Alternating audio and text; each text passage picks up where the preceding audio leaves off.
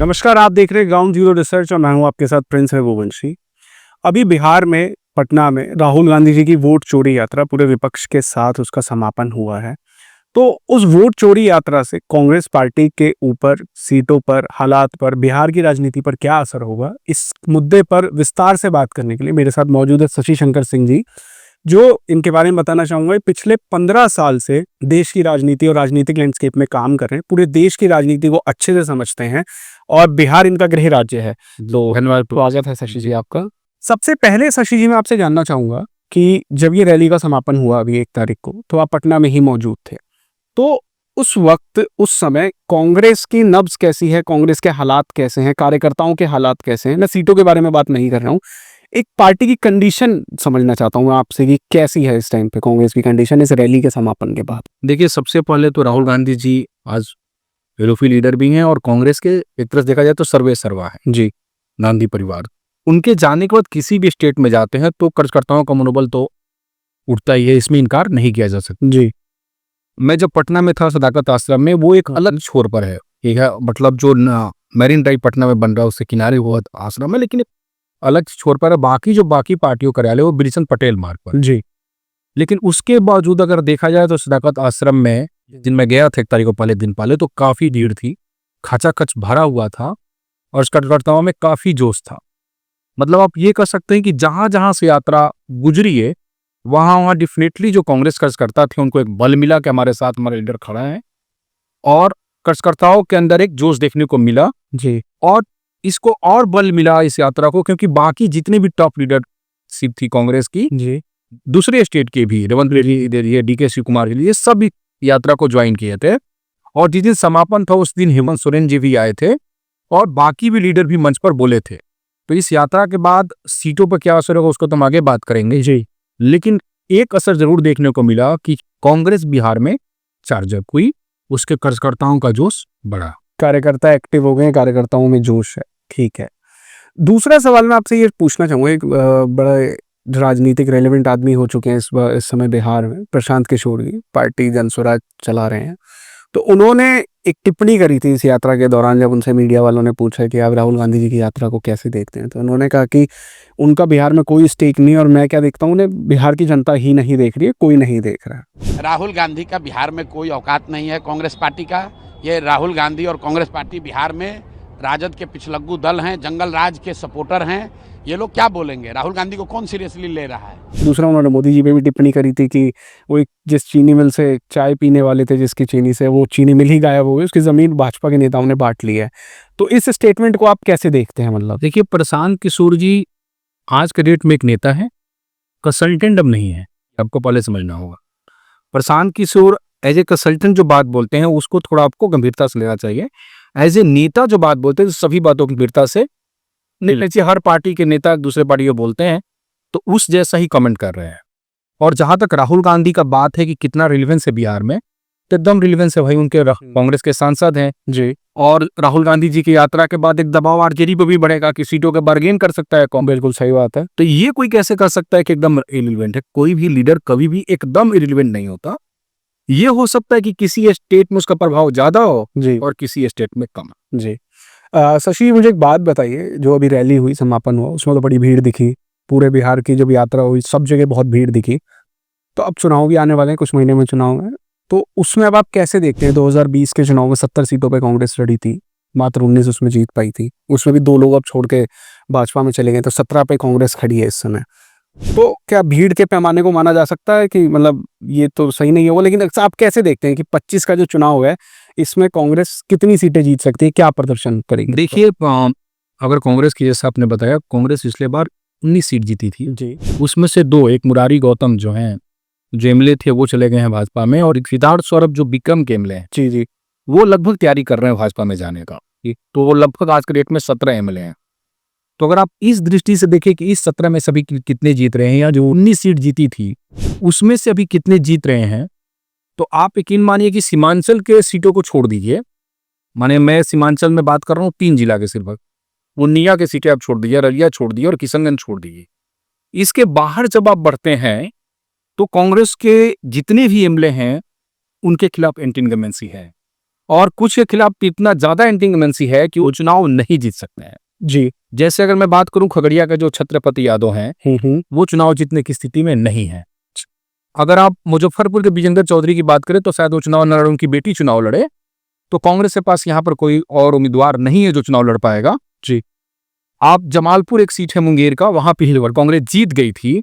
उस सीट की बात करें तो उस सीट में भी कांग्रेस एमएलए के खिलाफ जबरदस्त एंटी इनकम्बेंसी है और ड्यू टू एंटी इनकम्बेंसी और सोशल इक्वेशन ऐसा है कि वो चुनाव हार रहे हैं। तो उस सीट में भी कांग्रेस को उम्मीदवार बदलना होगा। अब देखना है को बदलते हैं नहीं बदलते हैं, कांग्रेस का हेडक है। उसके आगे आप बढ़ते हैं तो विक्रम के सिद्धार्थ सौरभ चले गए हैं, तो हमें जा ही रहे हैं। वहां पर कांग्रेस को किसी सशक्त भूमिहार उम्मीदवार के साथ जाना पड़ेगा, वो देखते हैं किसके साथ जाते हैं। जी। जब उसके आगे बढ़ते हैं हमारे तरफ, जहां का मैं खुद रहने वाला हूँ, क्षेत्र आरा का, उधर आप बात करिए तो बक्सर के सीट में मुन्ना तिवारी संजय जी एमएलए हैं, तो उनके खिलाफ एंटी इनकम्बेंसी है, पर उनसे बेटर विकल्प कांग्रेस के पास नहीं है। जी। उसकी बगल की सीट में कांग्रेस के एमएलए हैं विश्वनाथ राम जी, लेकिन विश्वनाथ राम जी के खिलाफ जबरदस्त एंटी इनकम्बेंसी है। कांग्रेस को यहाँ दूसरे कैंडिडेट के सहारे जाना होगा। आगे बात करें मुरारी गौतम जहां चिनारी के एमएलए थे, तो वहां पर कांग्रेस के पास कैंडिडेट मिल जाएंगे और कांग्रेस बेहतर लड़ पाएगी। कराहगर में इनके संतोष मिश्रा जो पिछले बार चुनाव जीते, वो चुनाव जीतने की स्थिति में नहीं है। इस सीट में कांग्रेस के पास एक उम्मीदवार है जो भी ग्राउंड पर तो नहीं है, पर अगर वो चुनाव लड़ते हैं तो ना कि सिर्फ ये सीट बल्कि पूरे जिले का समीकरण बदलेगा। तो देखना है कि वो चुनाव लड़ते हैं या नहीं लड़ते हैं, लेकिन ये तय है कि संतोष मिश्रा को अगर टिकट मिलता है तो सीट कांग्रेस हारेगी। तो मोटा मोटी आप जितनी भी सीट देखे, हाँ जी, एक और सीट है राजा पकड़ जहां पर कांग्रेस की एमएलए हैं, उनके खिलाफ भी जबरदस्त एंटी इनकम्बेंसी है। ये सीट आरजेडी मांग रही है और इस सीट में आरजेडी के पास अच्छा उम्मीदवार है। तो देखना होगा कि कांग्रेस से सीट छोड़ती है कि नहीं छोड़ती है। जी। जब हम कराहगर की बात कर रहे हैं तो उसमें एक और सीट का बात मुझे करना पड़ेगा। वहां पिछले बार आरजेडी लड़ा था मोहनिया, पर वो मोहनिया की सीट में जो आरजेडी की एमएलए थी वो चली गई है दूसरी पार्टी में। जी। तो वो सीट अगर कांग्रेस ले लेती है तो उस सीट में कांग्रेस के पास मजबूत उम्मीदवार हैं, तो वो सीट कांग्रेस अच्छा लड़ सकती है। तो मैंने एक तरह से लगभग सभी से आ गया, तो सभी सीटों में अगर देखे बहुत कुछ निर्भर करेगा कि कौन कैंडिडेट होता है और किसको कांग्रेस टिकट देती है और फिर नैरेटिव क्या बनता है। औरंगाबाद मनन शंकर की बात करें तो उनके खिलाफ एंटी इनकम्बेंसी है, यहां भी कांग्रेस के पास एक उम्मीदवार है, लेकिन ये देखना पड़ेगा कोई चुनाव लड़ने को तैयार होते हैं कि नहीं होते हैं। कुटुंबा में कांग्रेस के प्रदेश अध्यक्ष राजेश रामदेव प्रदेश अध्यक्ष हैं, वो चुनाव लड़ेंगे, वो भी स्टिकी विकेट पर है। कांग्रेस के स्टेट प्रेसिडेंट भी स्टिकी विकेट पर हैं। उस सीट में देखना होगा कि वो नैरेटिव क्या बुनते हैं। अगर वो नैरेटिव अच्छा नहीं बुने तो भी चुनाव उनका फंसा हुआ है। जी। जी। तो शशि जी, आपने जिस तरीके से बताया उस तरीके से तो राहुल जी की यात्रा का असर दिख नहीं रहा, सीटें कम हो रही हैं।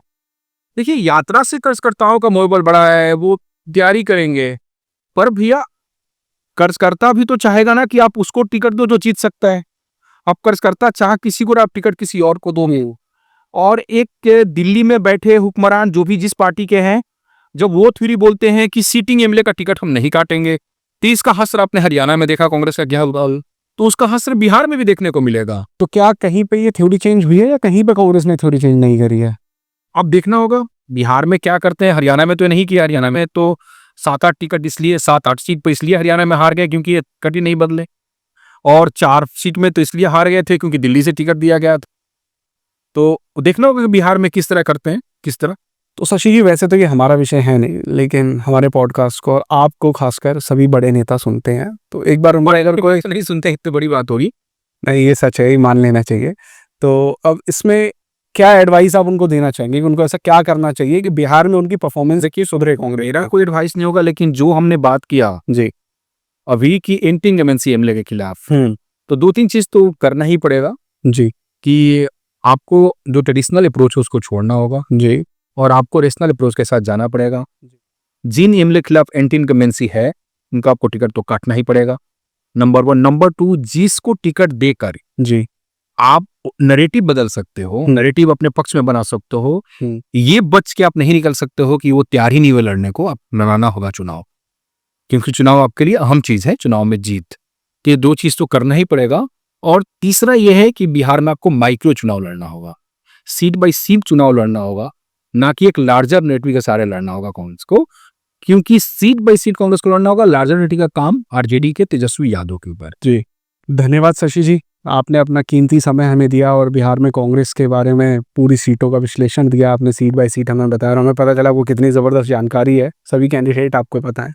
तो आपका समय हम दोबारा लेंगे और मैं आपको बताना चाहता हूँ कि अब बड़ी जो रैली बिहार में होने वाली है वो नरेंद्र मोदी जी की होने वाली है, जिसके बाद संभावित मॉडल कोड ऑफ कंडक्ट लग जाएगा। तो जब वो लग जाएगा, मोदी जी की रैली हो जाएगी, तो उसी वक्त पे फिर हम भाजपा की क्या कंडीशन है अभी बिहार में, उस पर हम वीडियो बनाएंगे, डेफिनेटली बात करेंगे। जिस तरह हम कांग्रेस के बारे में बात किए हैं, उसी तरह हम आरजेडी और भाजपा और जो जदयू की कोरेंट पार्टी, उनके बारे में बात करेंगे। और सबसे अंत में हम प्रशांत किशोर के बारे में बात करेंगे। जी। सबसे अंत में क्यों बोल रहे हैं हम प्रशांत किशोर के बारे में बात करेंगे, कि प्रशांत किशोर को क्या वोट आएगा और नहीं आएगा ये तभी तय होगा जब उनके बलवान दिखाई देंगे मैंने रंग में। तो जब भाजपा एक तरह से आगे बढ़ चुकी होगी, आरजेडी बढ़ चुकी होगी, उम्मीदवारों का जो चयन है इनकी तरफ से आ चुका होगा, उसमें से बहुत सारे लोग प्रशांत किशोर के पास जाएंगे। मतलब जो सेकंड लाइन और थर्ड लाइन के कैंडिडेट हैं जिनकी टिकट कटेगी, वो मैं सेकंड थर्ड लाइन नहीं बोलूंगा, हो सकता है कि भाजपा फर्स्ट लाइन कोई टिकट ना दे, आरजेडी फर्स्ट लाइन कोई ना दे, तो उनको फर्स्ट लाइन मिल जाए, जहाँ फर्स्ट को ना दे। माने कहने का मतलब कि जिस सीट में उनको लगेगा कि भाई वो कैंडिडेट भाजपा के आरजेडी का बेहतर लड़ सकता हमारे लिए, तो जब उसको अपोज करेंगे जी, वो बहुत कुछ बदलेगा उनके वोट शेयर की स्थिति को। जी। तो प्रशांत किशोर का जो पार्टी की क्या स्थिति होगी वो हम लास्ट में सबसे डिस्कस करेंगे, क्योंकि उनका पहले बताना बड़ा मुश्किल है। आज के डेट से कितनी, जैसे लोग बोलते हैं 2 सीट जीत रहे हैं, अभी वो एक भी सीट नहीं जीत रहे हैं। वो कितनी सीट जीतेंगे वो तब तक नहीं बताया जा सकता जब तक उनके उम्मीदवार ना आ जाए और बाकी पार्टियों के कैंडिडेट डिक्लेयर ना। जी डेफिनेटली। धन्यवाद शशि जी एक बार फिर। Thanks for watching and don't forget to subscribe, और कमेंट करके हमें ज़रूर बताइएगा कि आगे हम किन मुद्दों पर पॉडकास्ट करें। बिहार के चुनाव से जुड़े हुए आपके कोई भी सवाल हो वो भी आप कमेंट कर सकते हैं, जो शशि जी से हम अपने आने वाले पॉडकास्ट में कवर करेंगे। Thank you.